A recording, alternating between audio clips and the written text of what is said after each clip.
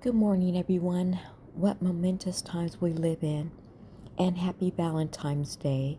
It is February the 14th, 2026, and I'm coming to you uh, with a prophetic word and understanding about black men in the times of New Jerusalem, once it has been established, will be the roaring lions to the world.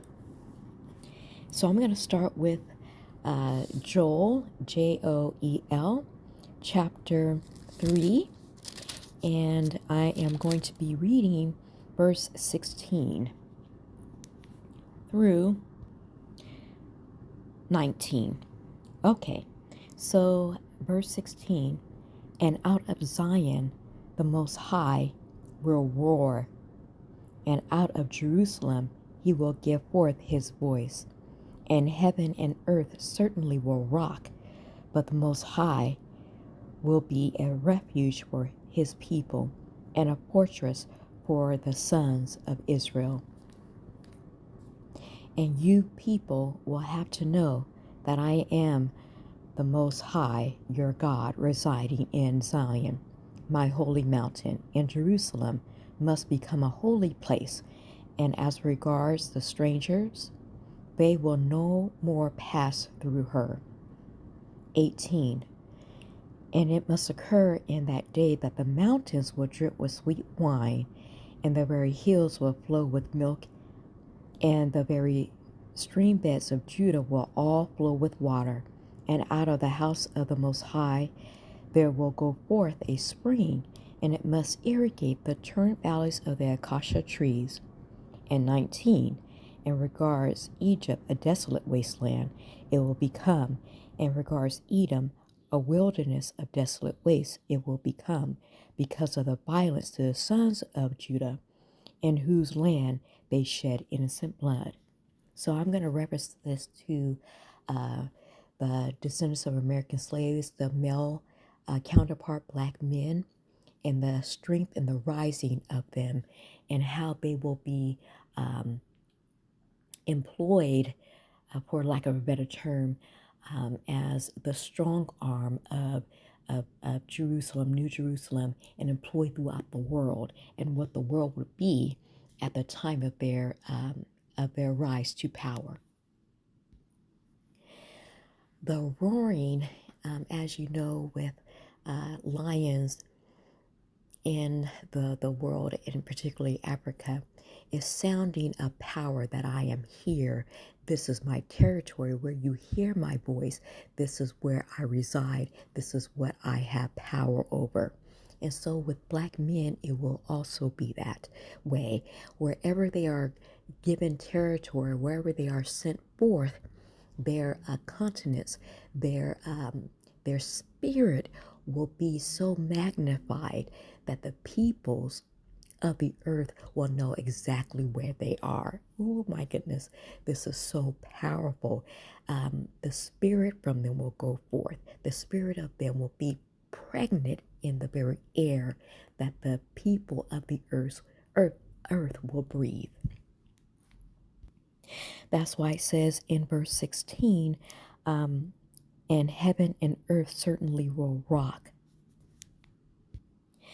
That after Armageddon has done its work, and black men being a part of that, along with other peoples in the great army, but their prominence in that affair will be so that the whole planet itself will bend and bow the knee to them. It is through them and through the actions of them that the world will know that this is New Jerusalem, and this is where the Most High is working out the plans of restoration and restitution for what we have lost as a people, and what the planet has lost as a whole. Perfection and perfect mind, body, and spirit in harmony with the Most High, the creator of the universe. Now I'm going to drop down here to verse 19, where it says, as regards to Egypt, Egypt is the world of white supremacy, of what we have seen in the conglomerate of Davos and how the power of that has gone over throughout the whole planet. And for hundreds of years, actually for thousands of years, it has been the dominant force. But it says here that a desolate waste it will become. And that is, we are seeing the outworking of that right now. But the final finishing of it will be that when we look at the word desolate, it means an uninhabitable wasteland. And Edom, as we know, as it says here, and as regards Edom, a wasteland of desolate waste, it will become. We know that Edom is America.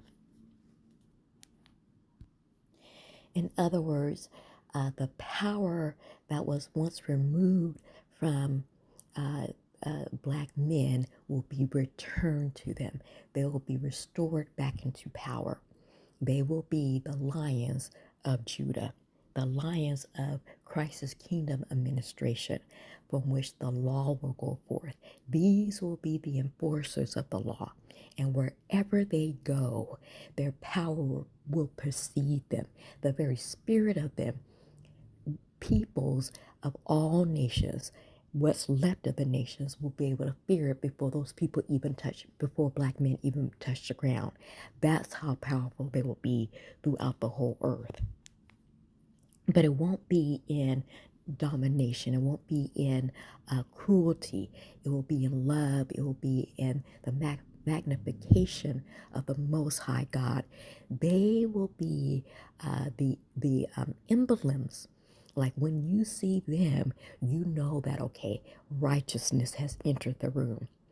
Uh, Power has entered the room, but most importantly, what has entered the room, like when you see the line on the Serengeti, everybody better get right.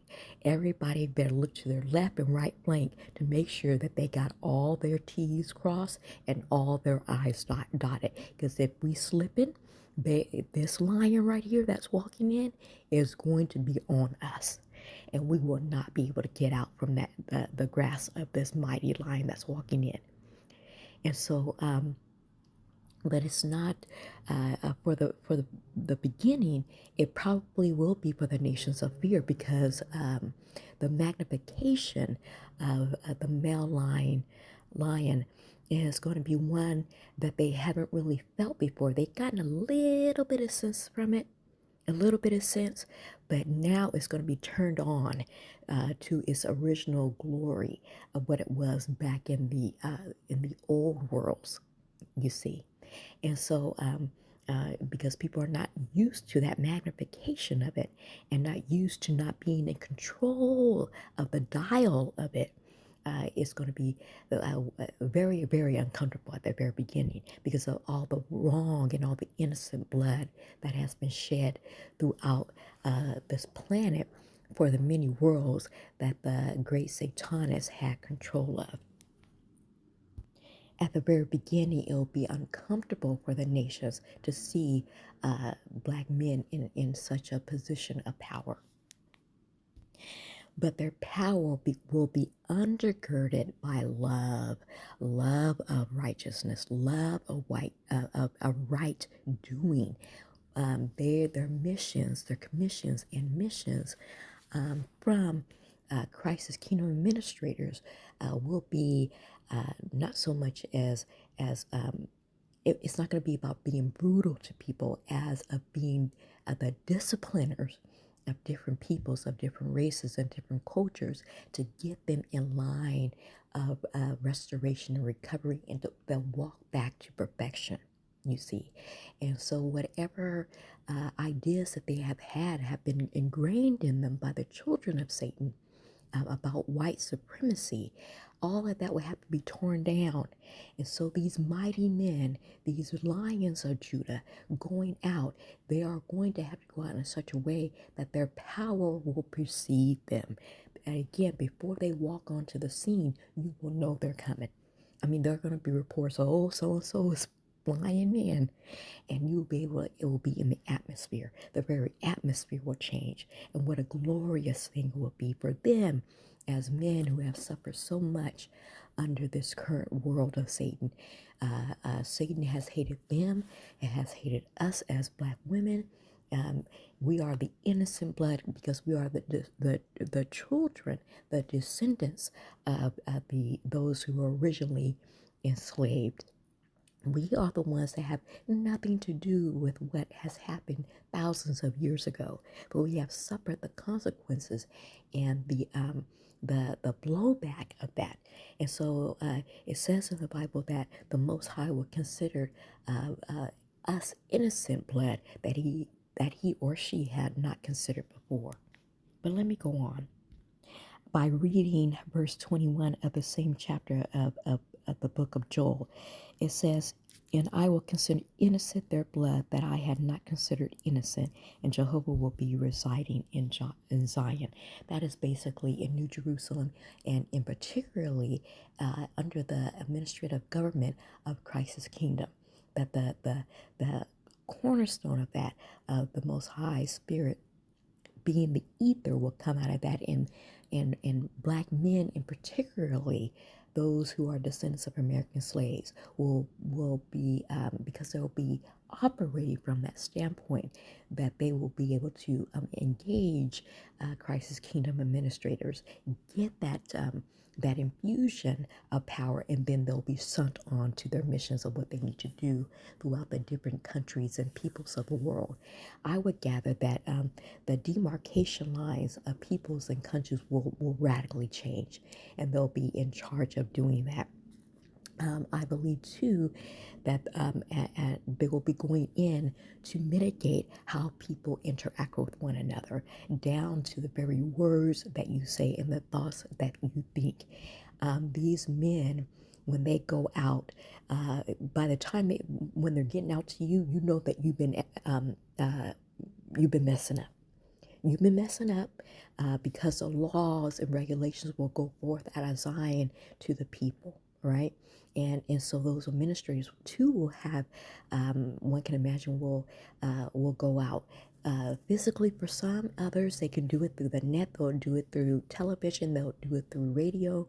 And so other peoples throughout the planet will know what is required of them, okay, in order to begin to recover and to repair the damage and to produce justice. And so these men, as the roaring lions, they are going to be charged with ensuring that the laws and regulations and policies are instituted. And because the world has been so used to devil doing, so used to selfishness and greed, that they're going to need a little bit of encouragement from these brothers who will be going out. They're going to need a little bit of a little pat, pat, pat, so to speak, in order to get in line. So the Most High will be with them, and I would suspect too that the angels too will be with them. And here's the catcher that the Most High just brought to my attention right now, is that, oh my goodness, okay, I'm gonna say it, that the roaring lions, black men, the angels will be under their authority. That black men will be able to say to whatever this angel is, can you please go over there and handle this for me? Can you please go over and do this? And I'll need you to do that. And if the people are not even adhering to that, then that brother will go in. And when you see him, you know that, oh boy, I better get in line. But that's at the very beginning. That's at the turn of when everything has been dissolved due to Armageddon. It won't be that forever, right? Because as the days will go on, the light will get brighter and brighter. And so when those men will come in, the roaring lion will be looked at as sovereign, will be a thing of beauty and of dignity. And so as the people recover from sin and segregation and from perverted thoughts and perverted actions as they begin to come align with New Jerusalem's policies and procedures and tenets. And as the Spirit begins to operate on different peoples of the world, when these brothers walk in, the roar will be of sovereignty. The roar will be of, oh, here they come. You know, it will be of reverence. It will be of such a dignity that is holy, right? They'll love to see them. They'll embrace them, you see. So the Most High wanted me to, for some reason, well, I know the reason, because we are right now at that point where things are going to change over, and for the most part, the Most High wants you to know what is about to take place before it takes place. The brothers of America that have gone through so much, that is going to be flipped over its head, right? All the things that they have suffered is going to, the blessing that they're going to receive and the standing that they're going to receive is going to outshine anything that they have suffered. As a matter of fact, I would speculate for them at a certain point in New Jerusalem's existence, and it could be a matter of years from the inception point of when New Jerusalem finally manifests, that these men and their mind, body, and spirit, there'll be a tremendous healing for them and a tremendous respect for not only themselves but for their female counterparts, because we each will have our part to play in the uplift not only of the nation but the uplift of all nations of the world. Listen, let's not play with this. They are going to be the preeminent men of the world, and they most likely will be the preeminent men of this solar system, because I don't think that I think the Earth is the starting point, but the lead into other planets and really getting a hold of why we have Mars, why we have a Saturn, why we have a Jupiter, what is the mechanism of the sun in relation to the planets circumventing it, right? The real true, right? And so I believe that they are going to play that integral part of exercising the power of over all the other planets and really developing and reconnecting perhaps how we moved back thousands of years ago before the advent of Satan coming to our solar system, coming to the planet, that they will regain that as far as their part in the outworking of man versus mankind. So I'm going to finish this in Revelations chapter 5. I'm going to start with verse 5 and read down to verse 10. Okay, so it says here, verse 5, Revelations in chapter 5, but one of the elders said to me, "Stop weeping. Look, the Lion that is of the tribe of Judah, the Root of David, has conquered so as to open the scroll and its 7 seals." This would have been in this moment of time that the placement of Armageddon being completely finished and bringing in forth New Jerusalem, manifesting the true sacred city, and the rules and laws and regulations now being revealed not only to the administration but also to the inhabitants of New Jerusalem. Let me read on. And I saw standing, this is verse 6, in the midst of the throne and of the 4 living creatures, and in the midst of the elders a lamb, as though it had been slaughtered, having 7 horns and 7 eyes, which eyes mean the 7 spirits of God that have been sent forth into the whole earth. And he went and at once took it out of the right hand of the one seated on the throne.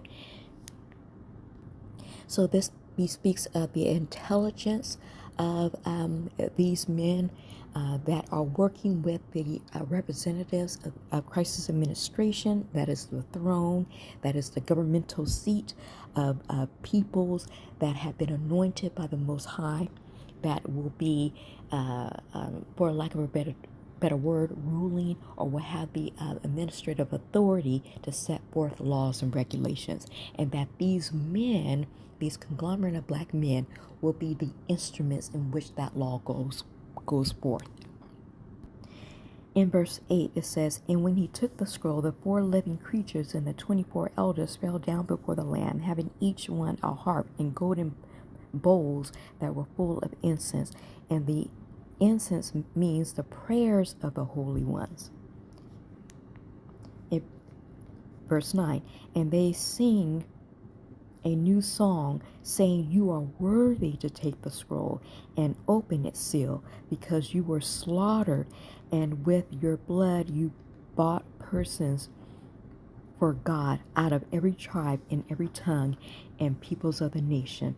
So as I was saying earlier, that the greater outworking of this in New Jerusalem is that these ones, these black men, the lions of Judah, roaring lions of Judah, will be commissioned. They will have the anointing, not only of having the truth and having the policies and procedures of Christ's anointed, Christ's kingdom administration. Excuse me, people, I'm so excited right now. But they will be commissioned to go out in the world, not only through New Jerusalem, carrying out the laws and regulations, returning the people back to perfection, getting them right with each other, with themselves, and with the Most High, but also taking that out to the greater wide world. And then here it says with 10, "And you made them to be a kingdom and priests to our God, and they are to rule as kings over the earth." And I will conclude with 11 and 12. "And I saw and I heard a voice of many angels around the throne, and the living creatures, and the elders, and the numbers of them was myriad of myriads, and thousands of thousands." That means that's going to be a lot of brothers out there. And 12, saying with a loud voice, "The Lamb that was slaughtered is worthy to receive the power and riches and wisdom and strength and honor and glory and blessings." That means that these men who will be charged with the mission of carrying out that which Christ's kingdom administrators will put forth will be something awesome, something to behold. I imagine that there will be a light shining from them, but yet their demeanor is not going to be one of cruelty, but of strength. They will go out, and that their reputation will precede them. People will be able to engage them, but you will not be able to play with these brothers. You will not be able to mess around with them. No more of that. No more of having an advantage over them.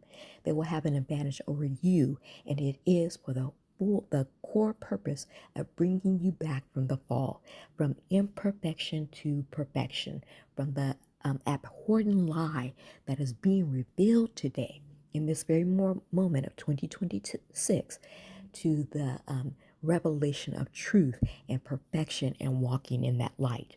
So the roaring lions of Judah, of New Jerusalem, will be magnificent and will be nothing to play with, and they will be to the glory of the Most High God, creator of the universe. Thank you for listening. Please share and like this message, and I hope to see you back here again. Subscribe to the channel, Judah Reigns.